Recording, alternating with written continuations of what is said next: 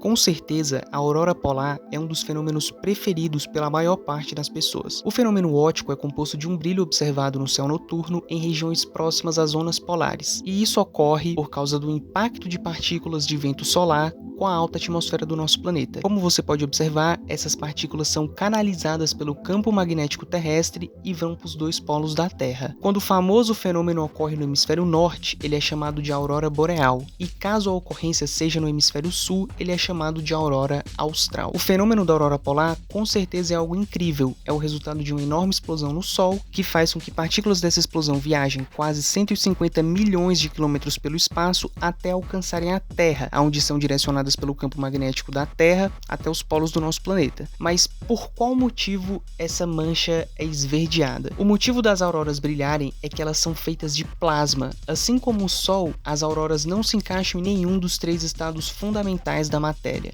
sendo sólido, líquido ou gasoso. O plasma é considerado o quarto estado da matéria, vindo em seguida do estado gasoso, e ele possui esse brilho basicamente porque o plasma é um condutor de eletricidade. Ele é como se fosse um gás carregado eletricamente. Talvez você não saiba, mas aproximadamente 99% de tudo que se encontra no nosso universo está no estado de plasma. Ele também é responsável por fenômenos que nos intrigam desde o início da história e foram responsáveis pela criação de lendas e mitos que nos acompanham até hoje. E antes do vídeo seguir para o próximo capítulo, eu quero lembrar que se você estiver gostando desse vídeo, eu conto com o seu like. O nome desse canal é Click Science e hoje você vai descobrir absolutamente tudo sobre o tão famoso quarto estado da matéria, o plasma.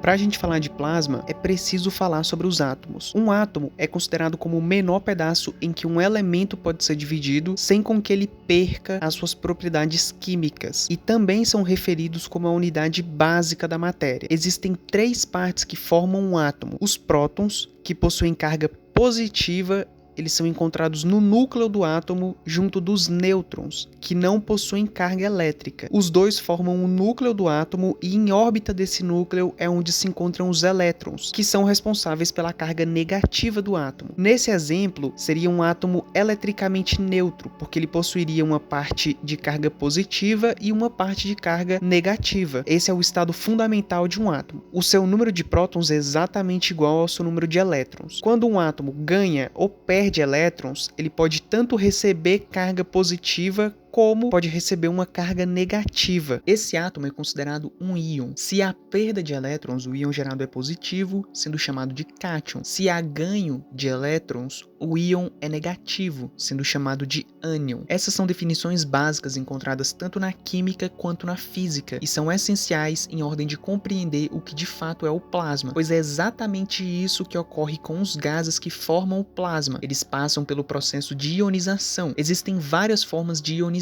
os átomos. O plasma é formado quando uma substância no estado gasoso é aquecida até atingir uma temperatura tão elevada que a matéria passa a existir nesse quarto estado, onde os elétrons não ficam em órbita do átomo. E isso ocorre porque a temperatura atingida por essa substância gasosa é tão alta que acaba por superar a própria energia de ligação que mantém os elétrons em órbita do núcleo do átomo. Como eu disse antes, essa não é a única forma de ionizar átomos. Existem várias outras, como por exemplo a colisão de partículas, ou então quando uma substância molecular entra em contato com a água, reagindo e formando íons. Tanto na colisão de partículas, quanto por meio de altas temperaturas, elas acabam emitindo uma luz como um subproduto do processo de ionização. Cada gás emite uma parte específica do espectro eletromagnético, que para os nossos olhos aparentam ser uma cor específica. Por exemplo, o elemento químico crípton brilha uma cor acinzentada. O neon se mostra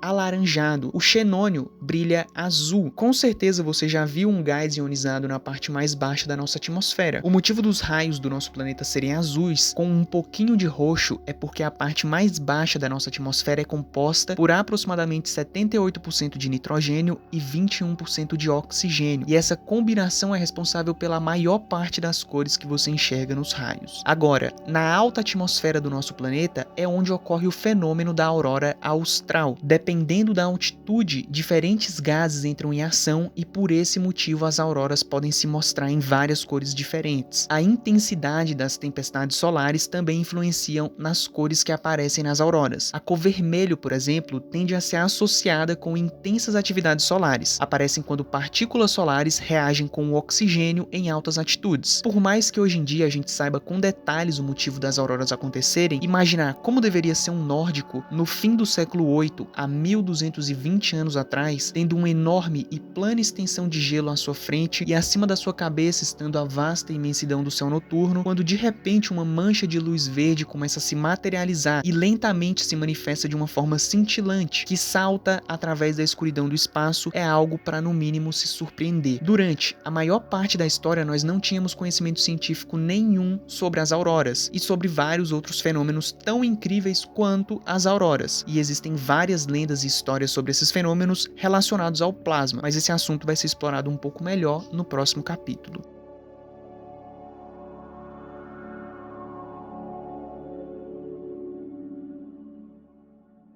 Existem vários fenômenos naturais que ocorrem desde o início da nossa história, que estão relacionados ao plasma, como por exemplo, o fogo de San Telmo, que é uma descarga eletroluminescente causada pela ionização do ar num forte campo elétrico, provocado pelas descargas elétricas. O fogo de San Telmo se observa com frequência nos mastros dos barcos durante as tormentas elétricas no mar, podendo alterar uma bússola se a embarcação não tiver a devida proteção. Também se dá em aviões indirigíveis. Dá para citar também os eventos luminosos transientes, fenômenos elétricos que envolvem a geração de cargas elétricas que ocorrem na atmosfera terrestre. De todos esses, na minha opinião, o mais legal de se estudar é sobre o fenômeno do fogo fato. O fenômeno das chamas azuis com mais de 2 metros de altura que saem do chão em cemitérios, tirando fôlego e quase matando de susto qualquer um que esteja por perto. Nesse momento, na sua tela, tá aparecendo um card onde você pode clicar e ser direcionado para um vídeo desse canal onde eu explico praticamente tudo sobre o fogo fato. Mas não clica agora, espere esse vídeo terminar e depois você vai e assiste o vídeo sobre o fogo fato. Eu também vou deixar um link na descrição desse mesmo vídeo. Dando continuidade, também existem vários outros fenômenos que eu poderia citar, mas eu vou me limitar a esses para esse vídeo não ficar tão grande assim. Como já foi amplamente demonstrado e existem vários vídeos online fazendo esses experimentos, é possível criar o plasma esquentando fogo no micro-ondas.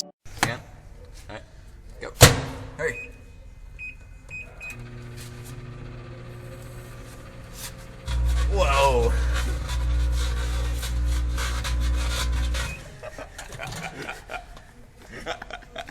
Com toda a explicação que eu já realizei, o motivo disso ser possível é claro. Ao aquecer o fogo no micro-ondas, a gente está simplesmente fornecendo mais energia a um gás e com isso arrancando os elétrons da órbita do átomo. Você provavelmente já sabia disso, mas também existem outras formas de criar o plasma. Como o Iberê do canal Manual do Mundo já demonstrou em 2012, é possível criar o plasma usando uma lâmpada e o acendedor automático do seu fogão. Eu vou deixar um link na descrição desse vídeo se você quiser saber um pouco mais sobre esse método. Por último, eu deixei a forma mais legal e eu duvido que você saiba dela. Por incrível que pareça, também é possível criar o plasma utilizando o seu micro-ondas e uma uva. Como já foi demonstrado pelo canal Veritasium, basta cortar uma uva quase pela metade, deixando as duas partes conectadas sem cortar completamente a uva no meio e colocar ela no micro-ondas. E o motivo disso ocorrer é bastante complexo e como esse vídeo já tá grande o suficiente, eu vou deixar um link na descrição desse vídeo onde você pode ser direcionado para o vídeo do canal Veritasium, onde ele explica exatamente o motivo disso ocorrer.